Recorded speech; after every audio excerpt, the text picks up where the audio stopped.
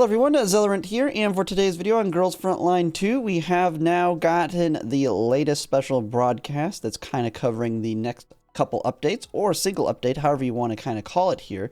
And so this was a 50-minute long special broadcast. I was originally going to react to it on stream, but it's a little long, and I kind of just waited for there to be the graphic, which we have right here, that kind of breaks everything down, as we're going to kind of go over it here and everything we can expect. Now, I might miss a thing or two here as we go over it, as there's quite a lot coming up, but I should be able to cover the large bulk of what's actually important with this upcoming update. And so the biggest thing in the video is they basically bring out the big man himself, what is it, Yuzong, or whatever, the lead developer of Girls Frontline 2, and he's kind of talking over it, everything we can expect. And so as we know from prior announcements, they are looking to catch us up to CN now, so they're looking to accelerate our schedule. And that is exactly what we can expect with here, and I was 100% right, at least on what we can expect on the next units, which is going to be back-to-back-to-back-to-back electric. And so we are having Belka, Andrus, and Jianyu all basically within this. I don't even know if you want to call it 2 updates or not. It's over the course of what we'd expect for 2 updates. So basically all of September and half of October, this information's kind of covering. So you can kind of see here the calendar for everything coming up. Basically, right off the bat, we're getting a double banner with Belka and Andrus, which is kind of cutting it down by half the length, because they each had their own individual 3-week length event. We're getting it as one single double banner, and as you can kind of see here, they're stacking all the story events on top of each other. So you have 404 Found for like the first week, and then right after that, Into the Shadows. And then, what is it, like 2 weeks after that? Then that's basically going into what we would consider a second patch or second update. Vestigial Display, which is going to have Jianyu. Now, these are all going to run through the course of this.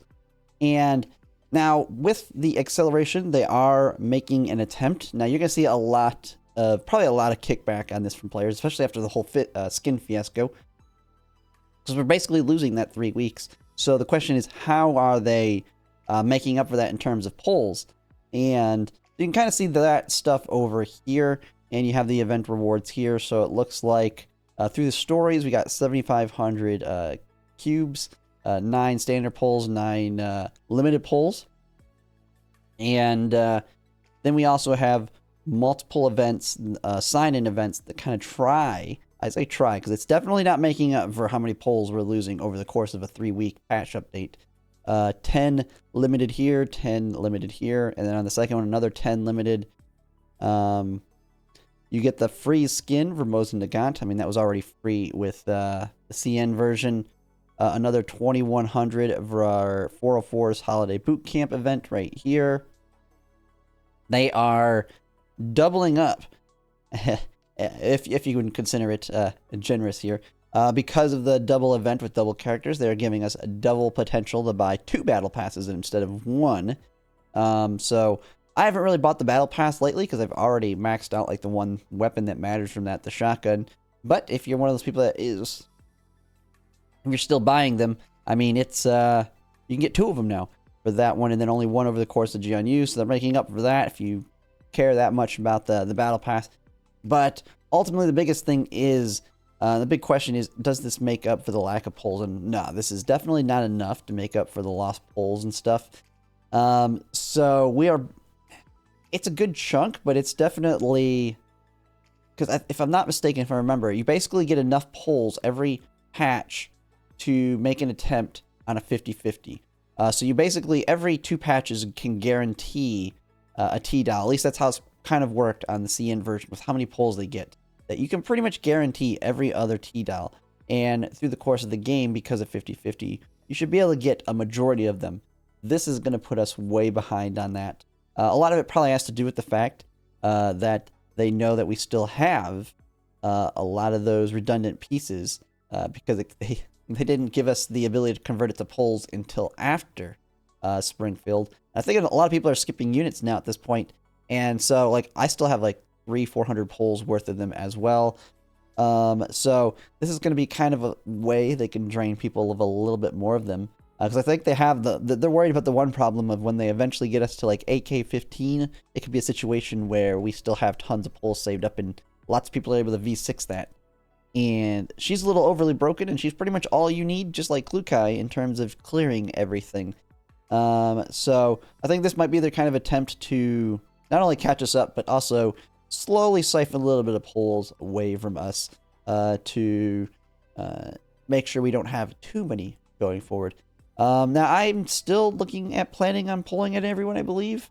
It's getting to the point where I might not, because I'm definitely playing a little bit more casually than I have been. We'll kind of have to see with that. I mean, we still have some other updates here. Pondre pushes Phase Clash and Awakened Remolding, Peak Value Extreme Peak, the Gunsmoke Frontline, of course, and then Crossroad Challenge update for the boss. Yeah, I have not done any of the Crossroad Challenge updates. It's a one-time deal in terms of pulls you get out of it, and I've never really heard enough to get them, and if I ever need them, I can always do them. So there's no reason for me to jump on those. Intelligence supplies, I mean, that event's nice and all, and we have Neural Survey. I haven't never felt the squeeze anymore in intelligence supplies. I have tons of everything, and at this point I just dump it on the XP boxes so I can convert it into the whole currency to try and get more copies of Peridia. That's basically all I do with my energy at this point. So, and that's pretty much it. I mean, it was a long video. I don't think there was much else covered in it that I could see. They hits everything in that chart here. They just showcase all the characters because they're showcasing all 3 characters here. I mean, you have Belka, they go Jianyu. I'm guessing it was at the very beginning they covered the other one. I don't know where they covered all of them. It's been... Oh yeah, we have also the skins. It doesn't mention on the... I think it might mention there. We are getting QJ's skin. Although I haven't really been buying skins anymore. We have the codes as well. Make sure to use the codes because they only last 2 days. Mosin Nagant. Expansion key, which I have Mosin Nagant, I think V4. So Electric Team, I got a good chunk of what's needed for it. But that was pretty much it. Yeah, they kind of just showed the chart at the end that I just showed. Oh, and the skin, or the I did not see that they had mentioned another figure coming out. I'm still waiting on the Klukai one. That and the Yuhi one are the 2 that look really good to me. But we'll have to kind of see with that. But, oh yeah, you have the mini games here coming out. And man, they have a Belka skin too. Crazy skin. It's kind of bad. It kind of sucks that she's the least needed of the Electric Team. Kind of the weakest overall. Even at V6, it doesn't really redeem her. But, man, she had a pretty good skin with that. And they kind of have timed it pretty decently with being pretty close to Halloween. But, yeah, that skin looks pretty cool. But yeah, that's pretty much it for this update. Not really much too crazy other than, I mean, it's just a big double banner on something that they did not originally have a double banner for on the CN side. And we will be getting the reworked Jianyu, which is now a much more an actual useful pull for the Electric Team. It was originally going to be a skip for a lot of people, but if you're wanting to go into the Electric Team, she is a huge pickup alongside Andrus. And then the other thing that is most likely going to happen after this, just so most people can kind of understand on the pacing of the big events, we're most likely going to see Leva and her 2-parter event after this. And kind of after showing what they're doing here, for all we know, they could throw Lena in the mix and double us up again, because they have said they want to catch us up to the CN side. And so, who knows what can happen in the future? I don't think they hinted. Yeah. Yeah,